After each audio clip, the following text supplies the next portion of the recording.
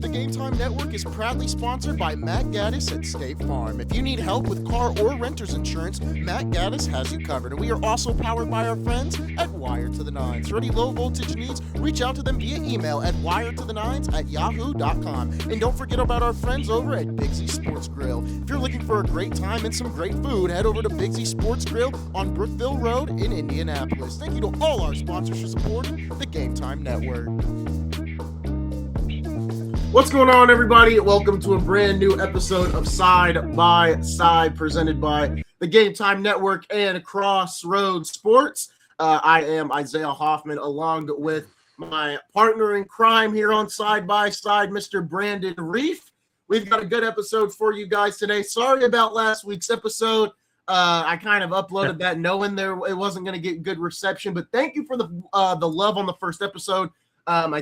I think it's nearing 50 views still after the first episode went up. So obviously we're still trying to build a motorsports audience. So if you want to continue to help support Side by Side, and hopefully if we get enough live viewers, we can maybe turn this into a live show. But for now, we want to keep it recorded once a week and make sure you guys can kind of watch this whenever you can. Brandon, great to have you on again. Once again, where do you want to start this week?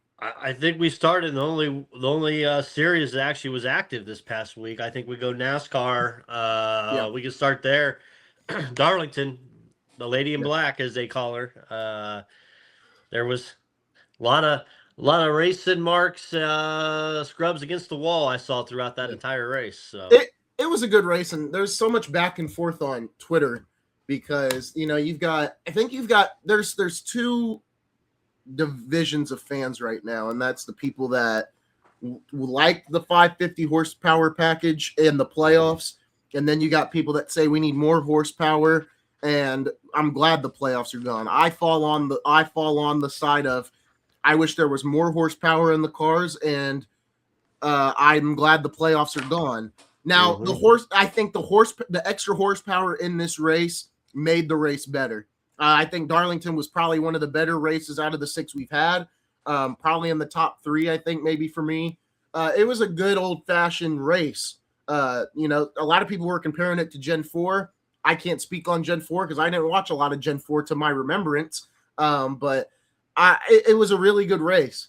And I think, I hope that NASCAR continues to think, maybe we should add more horsepower for the intermediates. Maybe we should have had more horsepower for the short tracks. I know Martinsville could use way more horsepower, but we'll see if Martinsville's any better. But I thought the race was good. I think fans that, want the playoffs back or, want to go back to 550 horsepower, they're obviously newer fans, which is okay. Everyone's got their different opinion, but it wasn't working. This is the most positive I've seen the fan base in a long time this season, 6 races through. The only complaints, which were surprisingly at Las Vegas, at a track that surprisingly has been good for the next gen car, just wasn't a good race. But other than that, I think NASCAR's, they're shooting 5 for 6 this season. Right. Yeah, absolutely. I thought overall a good race, a lot of quality racing. Little strategy here and there, a little adversity, right? We're already starting to see the tiresome crowd, as you mentioned on Twitter. Oh, there you go again, 23-11, Tyler Reddick, another win. I'm already seeing it, man. We got to talk about that. And Daryl, I got on the phone with him today or yesterday, and he said, man, y'all got to talk about this 23-11 Bubba Wallace stuff too. And I said, yeah. It's ridiculous, and I told Daryl, because he's not the biggest racing fan, so he doesn't really know. I'm like, there is genuinely people out there that will not root for 23-11, not because of the Bubba stuff, but because they drive Toyotas. And that's just how a lot of the American fan base is that because Toyota isn't based in America, people just outright hate Toyota. I didn't like Toyota for the simple fact that I was a Chevy guy. But I like Toyota now. I want to save up and get a Toyota Camry, just because of the reliability alone. Don't talk like that. So I know. I'm going to try to keep my Chevy Trailblazer and give it to my brother. So my goal is not to sell it, but I'm either thinking Toyota Camry or I need something fuel reliant. But I would like to stay in an SUV, but that's neither near or there. But people hating on 2311 got to get a grip. I mean, right? if we and somebody said it on Twitter. They said if people are complaining now, people weren't there when Jimmy Johnson won 5 in a row throughout the chase. I loved it because I was a Jimmy guy, but but Yeah. People got to get a grip, man. I mean, if you're not cheating, you ain't trying. So I can appreciate what Tyler Reddick has done 4 races through 6 in this season so far, and props to 2311. Yeah, man, they're striking while the iron's hot. They're hot. We knew the Toyotas were going to be strong. I think, kind of with our preview from last week a little bit. Ty Gibbs. I talked about Ty Gibbs, and I got somebody calling me crazy that I thought Ty Gibbs would finish in the top. Be a contender, right? Well, shit, he went out there and finished 6th this year. He was 4th or 3rd last year. Yeah. So the kid can run. The Toyotas can keep up. They've got great pace. Short track wise, coming up, obviously we got Martinsville with it, and Toyotas have been successful there. Yeah. In the past, I think Denny Hamlin won last year's race here at Martinsville, had fastest lap. We're increasing the horsepower here at Martinsville and Bristol this year to 750, right? So. Yes. What's that going to do to the type of racing? I'm excited to see, I am too. Martinsville's not for the average fans, not the sexiest race to watch, but for the racing fans, it is. It is. Right? Dive bobbing going into the corners. The only problem is this car. This car has made the racing at short tracks worse. And great, you've made the intermediates better, but there is a sense of you've made the road courses and the short tracks a little more uninteresting to watch. I thought the road courses were better this week, or I thought COTA was good this year, though. Yes, I did too. And I don't know if it's there's so much debate about this next gen car, and I think really, and Kevin Harvick said it on his show. The drivers say it all the time. Apparently. If you just put more horsepower in the car, it would solve a lot of the problems instead of, we need more downforce or we need more this or it's really just one simple thing. If you gave these cars about 800 horsepower, I think a lot of the issues that the racing had would be solved. And this is my other issue. And obviously everyone's going to keep saying it. Nobody cares that you do stages. We care that you're throwing cautions out to get manufactured cautions. I could remember a time back in 2010 where Jimmy Johnson or somebody would have a 3-second lead or 2-second lead, and there's debris on the track. And even me as a little kid understood, you got to bunch them up again because we're getting down to the last laps. And I'd be mad. I'd be happy when it happened to Kevin Harvick or Denny Hamlin because I didn't like them at the time. I would hate it when it happened to like Jimmy or the cameras Gordon. Couldn't find it. Or Mark Moore. Anyone that if they did it to Hendrick, I would be so mad because obviously Jimmy was first. But even if it was Dale, Mark, or Jeff, or even Casey Kane, if you were Hendrick and they did it, I'd be furious. But I hate that we have these stage cautions because there's been points at these races this year where there wouldn't have even been a yellow all race if they wouldn't have thrown it out.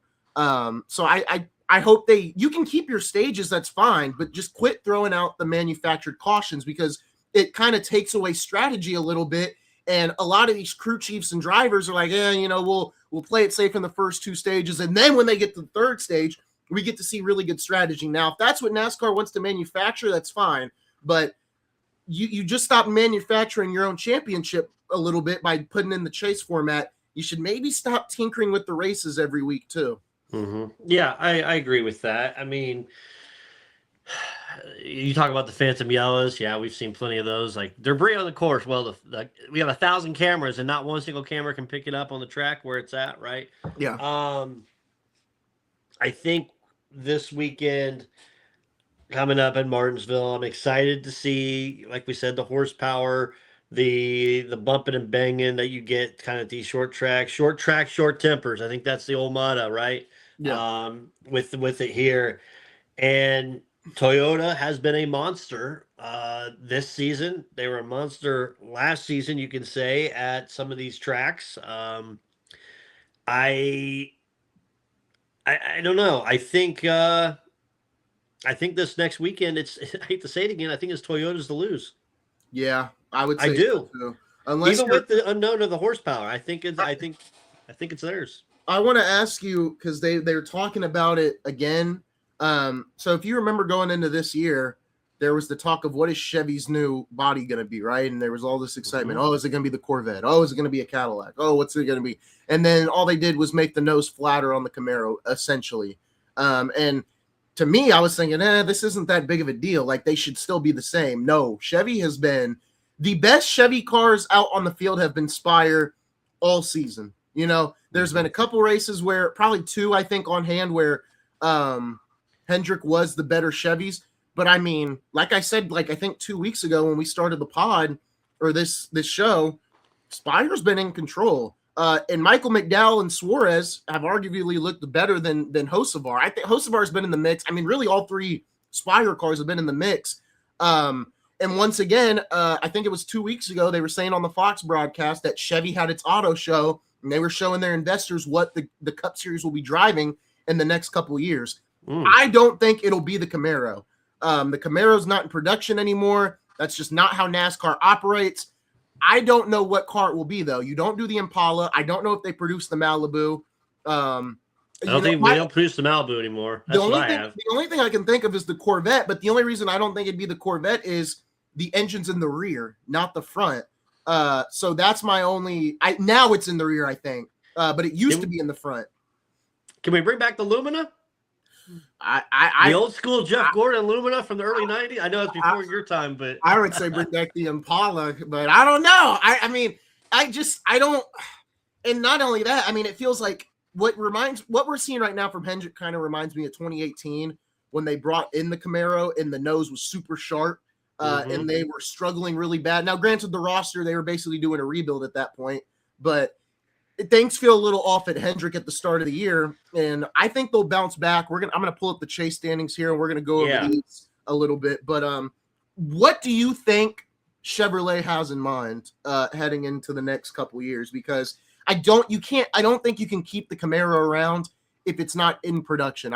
That's not NASCAR. You know, it's win on Sunday, sell on Monday. Even though that motto is a little skewed now because the next gen car is very different from its street counterpart. Who's to say they don't? Yeah, who's to say they don't bring back something, right? Like we talked about the Camaro and then, but who says they don't bring back? I don't know. It's obviously the most obvious one would be the Vet, but so I don't know how you make that, and that would piss off how many fans. You talk about fans being pissed off Toyota not here in the United States. How many fans would be pissed off the engine goes from the front to the back? Yeah. Right. and there's been so much talk about how, especially just, you take out of the motorsports world, there's just been this talk about why are the American manufacturers getting rid of their cars, right? Ford got rid of the Mustang. Dodge is getting rid of the Charger, even though they're about to come back into the sport. So we'll see what car they pick. But then you look at Toyota and Honda, all these overseas manufacturers, you still have the Accord, the Civic, the Camry, the Supra, which I wish the Cup Series would use the Supra, but that's another conversation.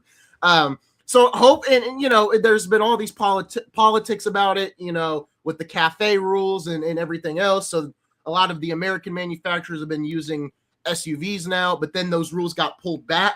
So maybe they'll go back to cars. So we'll see what happens. I just thought that was an interesting tidbit that was go brought short up on cars, Twitter. Put the Chevy tracks out there. Let's roll. That's what I'm saying. I really go Corvette, Malibu, or Corvette. I really would like to see Corvette or Cadillac. You might as well do Cadillac at this point because you've got the F1, but I know it's like a luxury brand and that's F1's thing. So I don't know.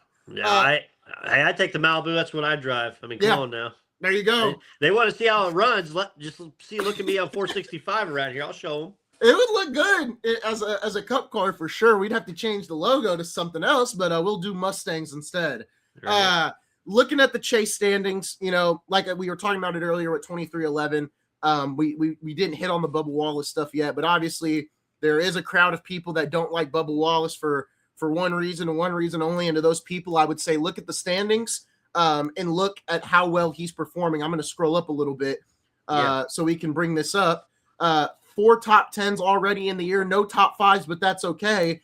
He's proving his worth. Now, obviously, Reddick is I mean, he's far and above the guy right now at 23-11, and that's okay. But Bubba Wallace is in contention. If the chase started today, everyone's been talking about in this new format, you basically got to be in those first 4 spots, maybe the 5th spot, to be really in contention to win the championship this year. So Bubba Wallace has put himself in a place right now, 6 races in, where he can compete for the title. Now, obviously, we've still got plenty of races to go, but all the Bubba Wallace haters need to go sit in a corner and let Toyota do their thing, specifically 23-11. Because if you think Jim France, for as bad as he bombed in the courtroom, he's happy that this is happening, he probably doesn't care anymore. But this isn't manufactured. This isn't scripted. All right, this is 23-11, arguably trying to take the throne away from Joe Gibbs. Now, I know they use Joe Gibbs's data and whatnot, but it feels like, we can put 23-11 up there with Penske, Hendrick, and Joe Gibbs, especially if they can nab a championship this year. Yeah, 100%. It's funny you said that the line you thought it was. The line of demarcation that I have is that 7th and 8th spot with Buescher and Bell. Okay. That's kind of my cutoff right there, 137 points. Yeah. Now, Bell, we've talked about, I think Bell might have been your pick to win the title this year. I'm not saying he's out of it. It just takes consistent runs, right? Reddick and them. Mm-hmm. I tell you what, it's fun about Tyler Reddick. Obviously, I mean, you got a DNF for Ryan Blaney, and he's up to 2nd in the points, so he's making a hard charge as well lately. But Tyler Reddick, 4 wins, 4 top 5s, 5 top 10s. How many stages has he won in these 6 races? 0. He hasn't won a stage. Crazy. Now, you could say the end of the race is stage, but they don't, which it's funny that they don't do that because they call it stage 3. You win that, you should be right. So, but he has 0 stage wins. And that's another thing for Bubba. He's got the most stage points that I'm looking at right now with 60. So yeah, he's got 2 stage wins as well. Bubba does, so he doesn't get the top 5s, but he's running well throughout the race, the quality of race. And you can tell with Tyler Reddick, we're looking big picture. And I think his mantra has probably changed a little bit now. You would think, right? Instead of going out and, hey, we need every single point we can get. It's, hey, stage 1, let's get a feel. Stage 2, let's make some changes. Stage 3, all right, let's get up to. Yeah, let's ramp it up. So, your points. As an Elliott fan, I know this format, it was talked about all this year for 2 guys, Elliott and Blaney. This format benefits them the most because they can run consistent every single week. So for Elliott, you got to feel great in the position you're in right now. Obviously, you want to be a bit higher, but 5th place, 2 top 5s, 3 top 10s, 5 out of 6 races, you've been in the top 10 at least. You're in it. Yeah. You're in the mix. And you got wrecked out there towards the end of Daytona to win it. So he'd be sitting pretty good right now up there, I would think. But yeah, pretty happy with Chase where he's at in that 5th spot. Can't lose too much more ground, right? We got to get that win here at some point. I'm gonna look maybe it's Charlotte. Yeah. Maybe Charlotte. We'll see. And I talked about how 23-11 is hopefully going to be one of those teams that can put their name up there with the Gibbs, the Hendrick, and the Penske's. But the team that we thought was going to be up there this year was Trackhouse, but it has been a fall from grace for Trackhouse all year long. We saw the altercation last week between Chastain and Suarez, and then Suarez goes out and outraces all 3 Trackhouse drivers this week alone. And it's not been a good look for Trackhouse all year, and we talked about it on the last episode. If there's any team that needs to move over to Dodge next season in the Cup Series, needs to be Trackhouse, because they're not going to be the number 1 team at Chevrolet ever. Now, I think at Toyota there could be a 1A, 1B situation looming, but I think Trackhouse has to get over to Dodge. You got to, with the way you're performing right now. Yeah, I think if you can get there, you can make your name for yourself. Well, first off, let's make sure we got everybody on the team that we're not fighting with each other, right? That enough's a bad look, and you got a very dynamic culture with all 3 drivers on that team, right? I think it's going to butt heads. You don't have I'm not going to say cookie cutter, but the cookie cutter of Bowman, Byron, and Elliott, right? Where those 3 are, and Larson, where they're all The for kind same of the same driver.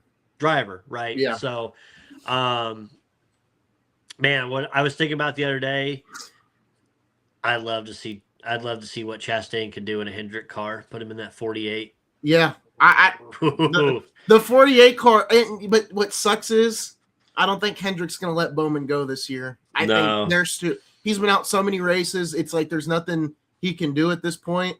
And it's like, do you cut him and not give him a fair shot, but I just how many times can you say, oh, we got to give him a shot because he hasn't had the opportunity? This is the third time in about 4 seasons where he's been out with something. And I get it, but at some point, when you're Rick, and we talked about this, do you just let it be because you've got 3 other drivers that can compete for the title, or do you say, hey, let's get a young guy in here now so he can figure out this car? Yeah. And I've already said it. If you can't get Zilich, because you brought up Zilich, which I think was a great decision, Chastain. It looks like Corey Heim is probably going to go to 2311 probably, but if there isn't a ride that opens up, I don't think he would like to go to Legacy Motor Club, even though they're getting a third charter. If I'm Hendrick, I'm calling up Corey Heim and seeing what he's got going on. Or who's the guy that Richard Childress is propping up right now? Heim? Jesse Love. Yeah. You call up Love, but I think right now, it's going to be Bowman. I think Bowman stays in the 48, which is very unfortunate because as a 48 guy who wants to root for the 48, it's in limbo right now. Like at this point, call Jimmy up and get him back in the car. Let me ask you this. What's your thoughts so far? We're 6 races in. Connor Zilich, 33rd in the points. No top 5s, no top 10s. Thoughts on his rookie year so far through 6 races? He should have 1 top 5, right? At Coda? Or no? Hold on. Check that he may. Sorry, I'm looking at the wrong sheet. Go all the way down. No, you're all good. I'm looking right now. Where's Zilich at? 2 top 10s. 2 top 10s, sorry. 2 top 10s. Okay. I was gonna say I thought he did pretty well at Coda. Or wait, no. Hold on. No? Maybe it was okay, there he is. Yeah, two. Oh two no, DNFs. he doesn't have anything. That's so. What do you think, man? crazy. 6 races in, this rookie sensation. I think it's a learning period, and Kevin Harvick and Buxton were talking about it on their show. It's a learning adjustment. The next gen car is so different from the Xfinity car and the truck car. I think the Xfinity car, they still run the 4 gears, and the Cup obviously has the 5-gear sequential. It's an adjustment. Everybody thought he was going to come out the gate and do well, which I expected it a little bit too, but it's okay that he's learning. I don't know how to put it because I didn't think he was going to make the chase, but I thought he would at least win, and I still think he'll get a win this year. But I think he will continue to get better in the car because there's been moments of doing really well, like at Coda. He had to come back from a lot of adversity, so I like him a lot. I think it's just going to take some time. And to be fair, his counterparts at Trackhouse aren't doing the best job either. Van Gisbergen is continuing to slip. Chastain's been middle of the road. So it's not like it's the end of the world for you. Now, if Chastain was up there competing for the championship point standings, then it's a different story. But it's only your rookie year. I wouldn't sweat it, and I don't think Justin Marks is sweating it either because in his mind, he's probably thinking, he's probably on the phone with Dodge, I would assume. Right? Yeah, exactly. So we got Martinsville this week. They're off the following week because it's Easter weekend. Yeah. They're at Bristol, at Kansas, and then Talladega in Texas. And sneaky, I didn't know that until this morning. I was looking. They got Watkins Glen moved up to May. I forgot about that. Yeah. I remember that. Yeah. There's people are worried it's going to rain. I'm like, I don't think we'll see.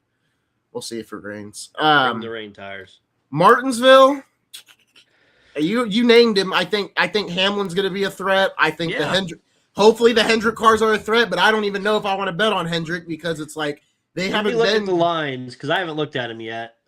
Just to see, I would be shocked if I don't see a Larson or a Hamlin up front. Blaney's the favorite with a co-favorite with Hamlin at plus 500. Larson's plus 550. So and Byron's plus 700. If you want to look at Reddick, plus 1,400 to win.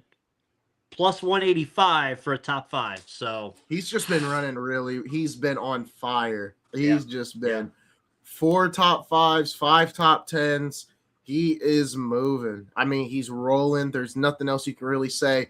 I'm glad that Chase is back, but man, if he continues to win like this, people are going to be really, really mad when we get to the Chase, and his lead is going to be cut. He's still going to have a decent lead over everybody. Don't get me wrong, but it's like, who do you think they have right now on DraftKings as the series champion favorite? It's probably not Reddick, isn't it? It's probably Blaney or Larson. It's Denny Hamlin at plus 500. Okay, that makes sense too. That's fair. Co-favorite with Larson, and then plus 600 is a tie between Byron and Reddick. Really, and then you got, Byron?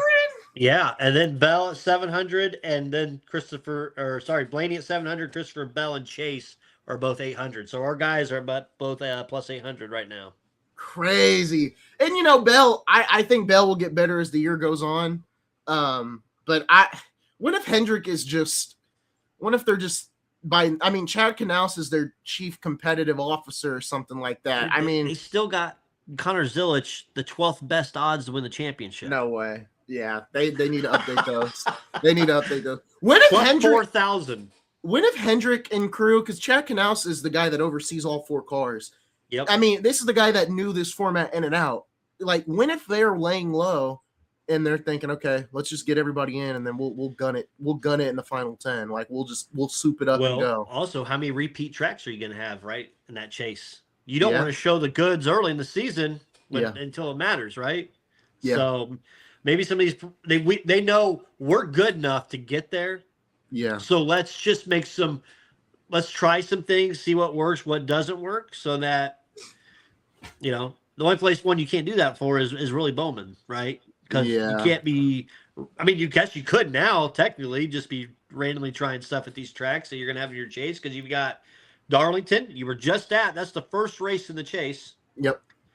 Then you go to WWT, Bristol, which is in 2 weeks, Kansas, which is in 3 weeks, back to Vegas, to Charlotte, and then Phoenix, Talladega, Martinsville, and Homestead. The only one, So Martinsville, second to last race. Man, isn't that great? You may be having something there. Isn't that great to hear? Homestead. That's just Homestead. I'm so glad it ain't Phoenix no more. Thank you, Homestead. But yeah, maybe that's what they're cooking. But to be fair, when you're Hendrick, you're in the 5 and 6 spot and the 10th spot. You ain't winning you're from what all the stats have said, and when they were talking about when they ran the simulation 100 times, a lot of the people you were in the top. The only people that won the title were in the top 5, and some people were in 6.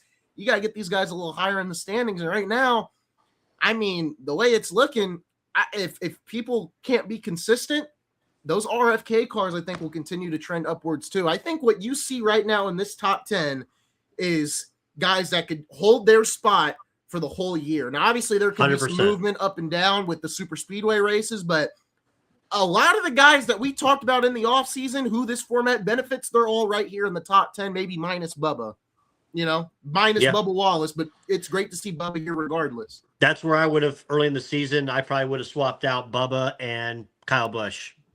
Yeah, I wouldn't have, it wouldn't have been Busch for me. It probably, I don't know who it would have been. Briscoe? Honestly. Yeah, actually, probably Briscoe. Yeah, I just Richard Childress Racing. They're just not. I didn't think Busch was going to be that great just because of the equipment alone. No offense to him. Maybe he gets the 48 car. We'll see, but I don't think Hendrick's going to do that. Not for a 2-year rental, maybe 1-year rental. I don't know. Yep. Well, we've also got IndyCar and F1 coming back next week. Ferrari. We'll see what they do, if they can kind of continue to match Mercedes. I heard Mercedes is under investigation by the FIA, but it's probably going to result into nothing. We'll see what happens there. And then IndyCar is at Barber Motorsports this week in Alabama. Great road course. Exciting. Seems like always. Alex Palou, won the race last year. I expect him and Ganassi to run well. They don't have odds up yet for that race. Typically, we don't get IndyCar odds until Thursdays. The only ones they ever have up is the Indy 500 one, which they keep up all year round, which is great. But I think your Pato Award and Alex Palou probably going to be your kings of the court this week. And if you want a non-sexy pick, give me David Malukas from Penske being the top Penske car. I know people want to say Joseph Newgarden, but I think Malukas has a good shot as well for a top 3.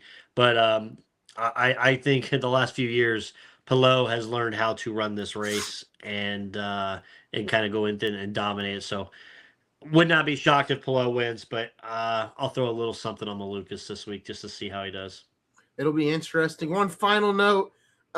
Max Verstappen raced this week in some GT cars, won the race, but got disqualified for using more sets of tires than allocated.